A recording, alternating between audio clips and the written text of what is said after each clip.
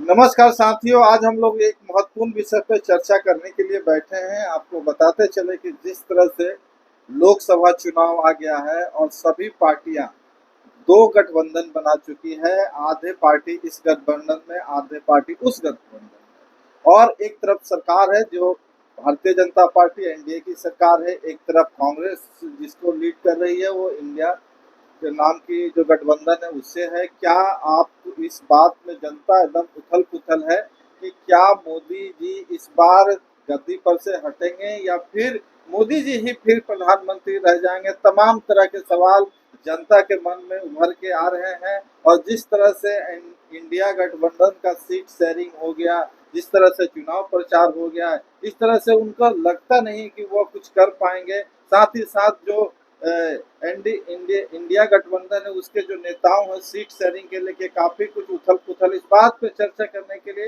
हमारे साथ महंत मांझी जी हैं और साथ में हरिकेश्वर राम जी हैं। ये लोग आपको विस्तार से बताएंगे कि दोनों गठबंधन में क्या कुछ अभी तक हुआ है, आगे क्या होगा, क्या अनुमान लगाया जा सकता है, ये भी आपको बताएंगे। तो सबसे पहले हम हरिकेश्वर राम जी से जानना चाहेंगे कि सर, जो इंडिया गठबंधन जो है कई पार्टियों का, उसका क्या अभी वास्तु स्थिति है, वो किस एम पे है, किस पॉइंट पे है?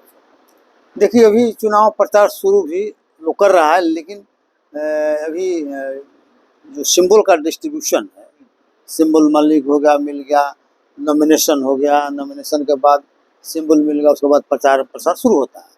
तो अभी वो स्टेज अभी आया नहीं।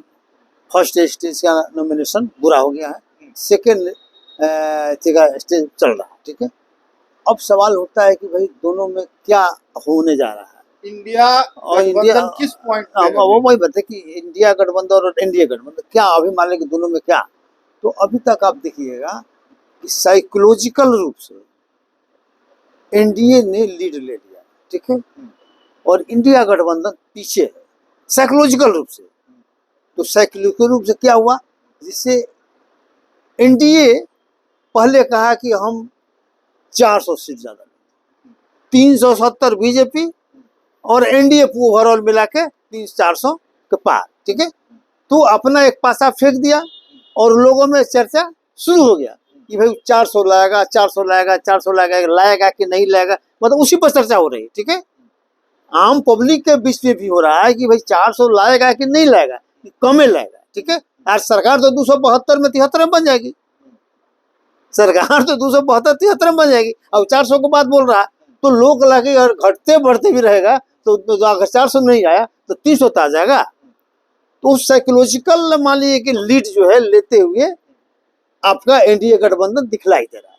और इधर मान लीजिए जो पोजिशन है, तो ये लोग लीड लेने के बाद अभी सोच ही नहीं रहा है।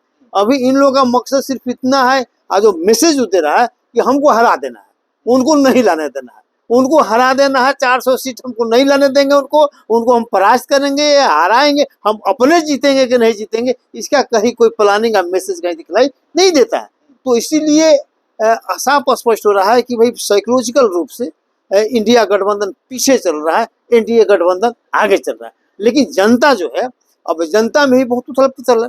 जनता सोच रही है कि जनता इन लोगों से ज्यादा तत्पर, इंडिया गठबंधन के लोगों के नेताओं से ज्यादा तत्पर यहाँ की जनता है। वो चाहती है कि हम मोदी जी को हरा दें, लेकिन चूंकि जो नेतृत्व वर्ग है वो खुद पीछे चल रहा है, लीडिंग रोल में नहीं आ रहा है। सर, आपसे क्या यहाँ भारत की जनता मोदी जी को हराना चाहती है?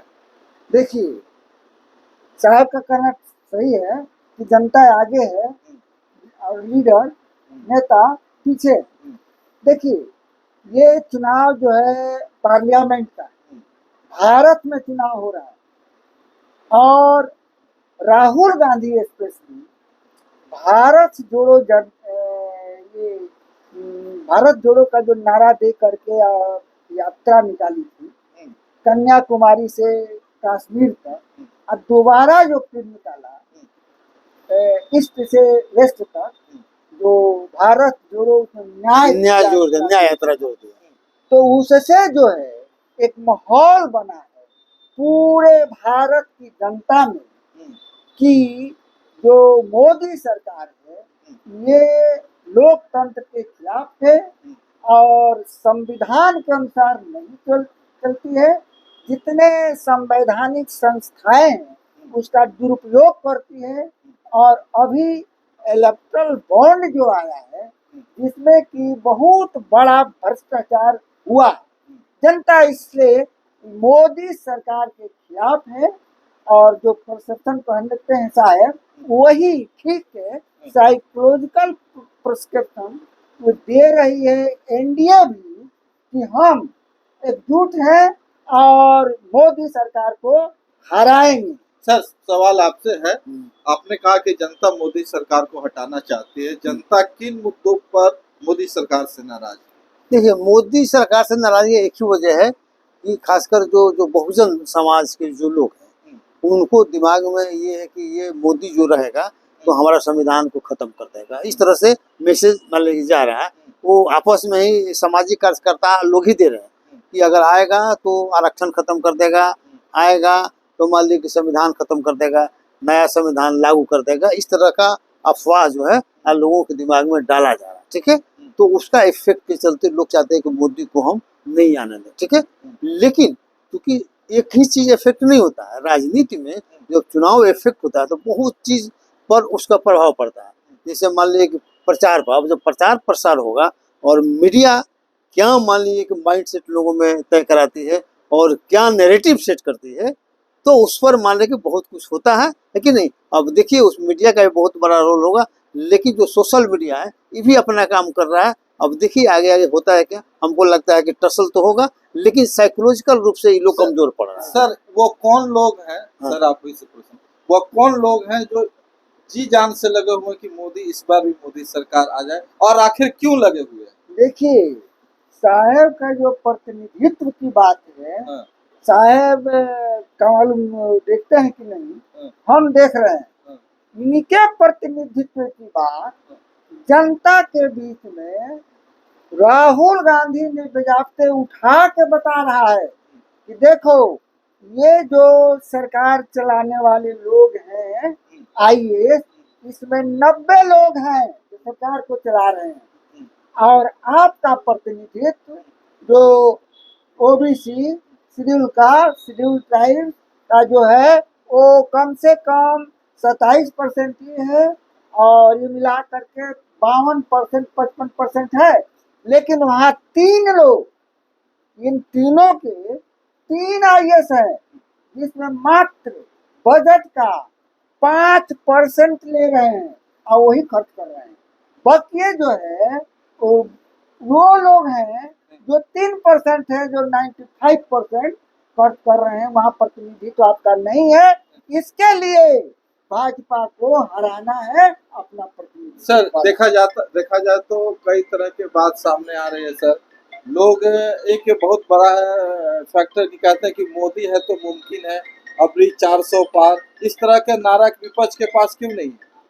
नहीं, विपक्ष वो सब विपक्ष के लिए देखा, विपक्ष के साथ सबसे कमजोरी ये है कि राहुल गांधी के अलावा सारा लोग बैकफुट पर है। राहुल गांधी सही रास्ते पर एक आदमी है और उसके साथ जितना लोग है सब गलत रास्ते पर है। और चूंकि वो कई आप ये कह सकते हैं कि बीजेपी से भी खराब है, जिसका नतीजा हुआ कि सारा उस राहुल गांधी की मेहनत जो है वो बेकार मालिक हो जा रहा है।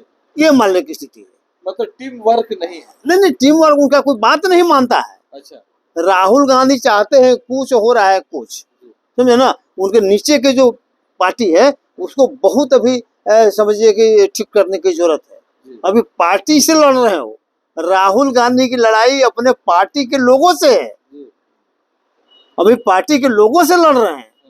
अब विपक्ष से वो नहीं लड़ रहे हैं। अभी का कहना ठीक है, राहुल गांधी की पार्टी के लोग नहीं लड़ रहे हैं। अच्छा, राहुल गांधी के तरफ से जनता लड़ रही है। जनता लड़ रही है क्योंकि कांग्रेस जो पार्टी है वो कहीं ना कहीं मुद्दा विहीन हो चुकी है, कहीं ना कहीं उनका टीम वर्क नहीं काम कर मतलब उनके रास्ते नहीं चल रही है, उनके रास्ते, राहुल के रास्ते नहीं चल रही, क्योंकि गलत तरह का परसेप्शन शुरू के आधार पर चलते आ रहा है और माइंड जल्दी परिवर्तन करने के लिए तैयार नहीं हो रहा, जिसके चलते प्रॉब्लम हो रहा है।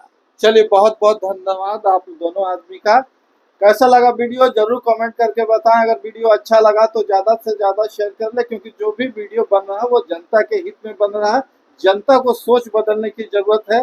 जब तक जनता का सोच नहीं बदलेगा, देश नहीं बदलेगा। जय भीम, जय जय भारत, जय श्री। बहुत बढ़िया।